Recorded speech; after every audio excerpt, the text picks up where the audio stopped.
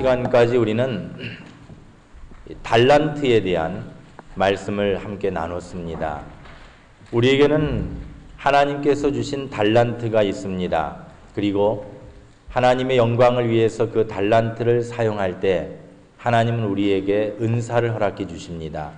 그 달란트가 주님의 영광을 위하여 잘 쓰임받을 수 있도록 하나님께서 만들어 주신다는 겁니다. 그러니까 우리가 능력이 많아서 오늘 이 자리에 있는 것이 아니고, 우리가 아니면 하나님의 영광을 돌려드릴 사람이 없기 때문에 우리가 하나님의 일을 하는 것도 아닙니다. 나 말고도 얼마든지 세상에는 능력이 많은 사람들이 있습니다. 그런데도 불구하고 하나님은 우리의 달란트를 귀하게 보시고 우리를 주의 영광을 위해서 사용하시기를 원하는 겁니다. 그렇다면 여러분, 우리가 달란트를 가지고 하나님의 영광을 위해서는 이 세상에서 일이라고 하는 것을 합니다. 그것을 우리는 노동이라고 부릅니다. 내가 하는 이 노동이 과연 축복인가? 과연 이것이 저주인가? 라는 이 말씀을 지난주에 우리가 살펴보면서 궁극적으로 하나님께서는 우리에게 복을 주시기 위하여, 비록 그것이 아담과 하와의 범죄로 인하여서 하나님의 형벌이 가중되었지만, 그러나 내가 일하는 것, 노동이라고 하는 것은 하나님의 축복이라고 하는 놀라운 사실을 발견하게 되었습니다.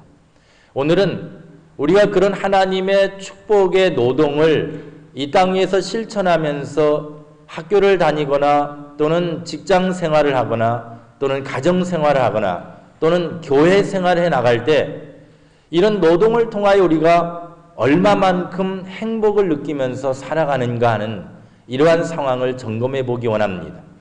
여러분은 여러분의 일하는 일터, 노동을 통하여서 행복감을 맛보면서 일을 하고 계십니까? 공부하는 학생들은 공부하는 과정 속에 참 행복하다, 내가 공부하기 때문에 너무 좋다 하는 이런 행복한 마음을 가지고 공부를 하고 있습니까? 우리 자신을 돌아볼 때에 노동을 하면서 그것이 하나님의 축복이라고 하는 것을 깨달았지만, 그러나 노동이 왠지 나에게 힘겨운 것 같고 노동이 왠지 나에게 굉장히 버거운 짐과 같이 느껴질 때 행복? 글쎄 그것이 나에게 행복할까? 왜 우리에게 노동이 행복이라고 하는 사실을 생각할 때에 의문점을 갖게 만들까요? 오늘 본문을 보면 이스라엘 백성들이 포로 생활을 하고 하나님의 인도하심을 따라 다시 예루살렘으로 돌아옵니다.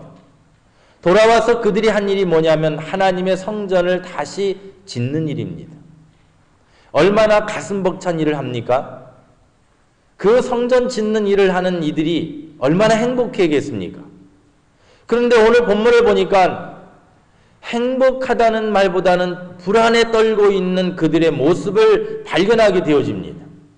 7절에 보면 주변의 이스라엘 백성들의 그 주변의 사람들이 예루살렘 성이 중수되어 퇴락한 곳이 수보되어 간다는 소식을 들을 때에 그들은 심히 분노했습니다. 심히 분하여라고 성경은 말씀합니다. 분노를 느낄 뿐만 아니라 8절을 보니까 다 함께 꾀하기를 예루살렘으로 가서 그들을 치자 그럽니다. 예루살렘으로 가서 쳐서 요란하게 하자라는 이런 음모를 그들이 꾸밉니다. 하나님의 일을 해야 되는데 포로에서 돌아와서 부푼 꿈을 안고 아무리 힘들어도 그 일들을 감당해내려고 했는데 이스라엘 백성들에게는 적들만 생기게 되었고 그들의 마음속에는 불안한 사실만 발생하게 되었습니다.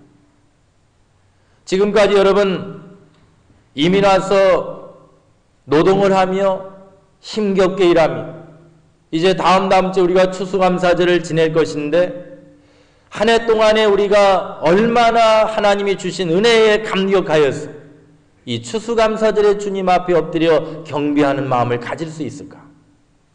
어쩌면 우리가 1년을 되돌아보고 나의 이민 생활을 되돌아볼 때에 너무도 많은 원수와 너무도 많은 대적들이, 너무도 힘겨운 버거운 일들이 우리를 쓰러뜨리려 했고 지금도 지쳐서 내 자신이 감당하기 어려운 그런 상황에 놓여 있지 않습니까?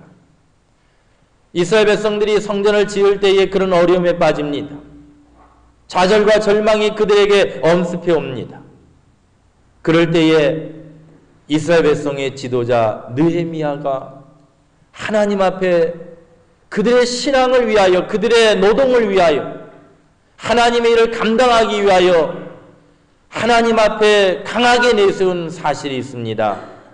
우리 신앙인들이 노동을 하거나 또는 어떤 일에 직면했을 때에, 위기에 봉착했을 때, 오늘 느헤미야가 우리에게 보여주는 이런 신앙의 모습에서 그 해결책을 발견해내어야 합니다.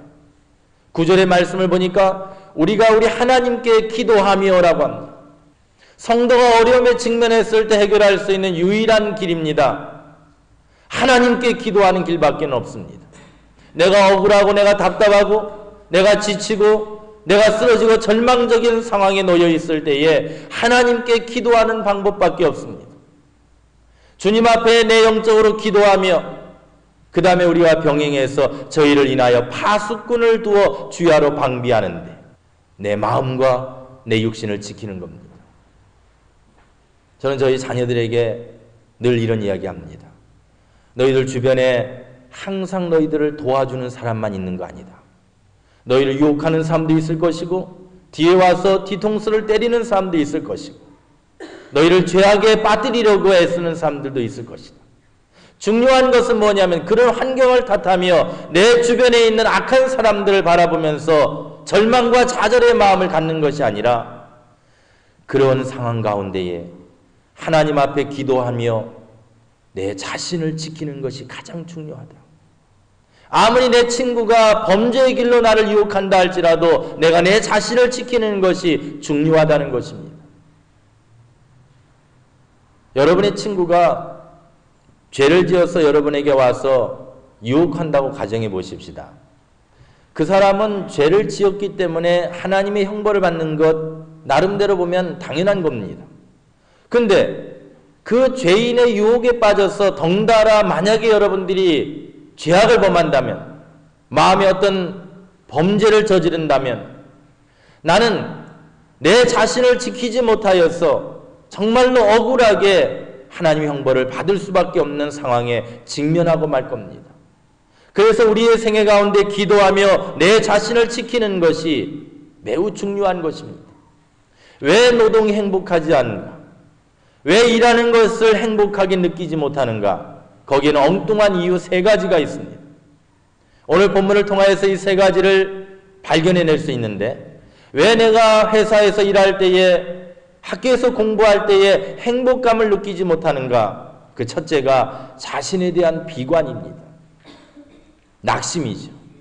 나에 대한 비관. 나는 안 된다. 나는 불가능하다는 비관적인 생각 때문에 내 자신이 일을 하지만 행복함을 맛보지 못하는 것입니다. 로버트 슐러 목사님이 절벽에서 떨어지는 사람이 유일하게 할 수 있는 일 1가지가 있다는 말씀을 하셨어요. 그게 뭡니까? 절벽에서 떨어지는 사람이 유일하게 할 수 있는 일 1가지는 날개짓 하는 거다. 추락하는 사람 외에는 그런 일을 해볼 수 없다는 겁니다.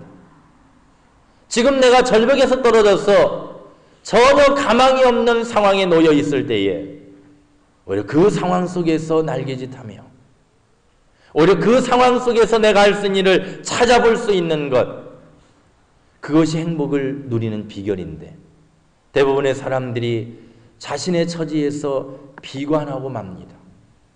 본문 10절을 보니까 유다 사람들은 이르기를 흙무더기가 아직도 많은데 담보하는 자의 힘이 쇠하였으니 우리가 성을 건축하지 못하리라. 자 봐라, 예루살렘 성을 지금 건축해야 되는데 흙무더기가 저렇게 쌓여 있는데 저 흙을 옮겨야 되는 사람들도 지금 지쳐 있는데 우리가 어떻게 성을 건축할 수 있어? 우리는 무능하기 때문에 안 된다는 겁니다. 우리는 지쳐있기 때문에 안 된다는 겁니다. 해야 할 일이 너무 많기 때문에 불가능하다는 겁니다. 이런 비관적인 생각이 아무리 힘겹게 일해도 우리를 행복하게 만들 수 없습니다.